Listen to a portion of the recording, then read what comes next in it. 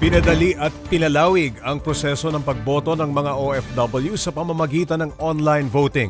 Kaya paalala ni Pangulong Bongbong Marcos sa kanila, piliing mabuti ang ibobotong kandidato. Para bigyan ng mukha ang balita, Mobile Journal Julie Baiza. Gamitin natin ang karapatang ito. Piliin natin ang kandidatong may malasakit, kakayahan at may panindigan. Sa tamang pagpili, sama-sama natin bubuuin ang bagong Pilipinas. Ito ang paalala ni Pangulong Bongbong Marcos sa mga kababayan natin sa iba't ibang bansa. Kasabay ito na nagpapatuloy na overseas voting na nagsimula noong Abril 13.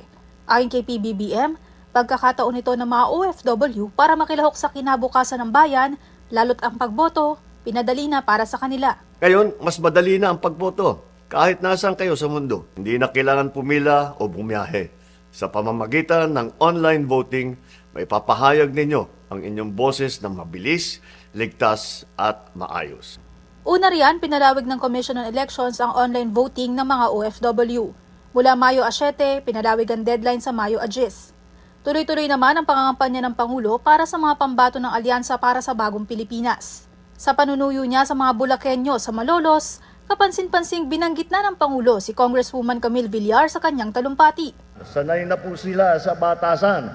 Yan po ang Congressman Abalos, Congressman Binay, Congressman Cayetano, Congressman Pacquiao, Congressman Tulfo, Congressman Villar.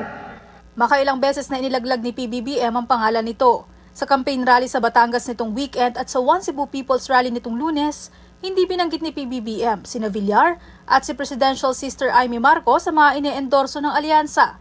Kasunod yan na naging pag-endorso ni Vice President Sara Duterte sa kanila.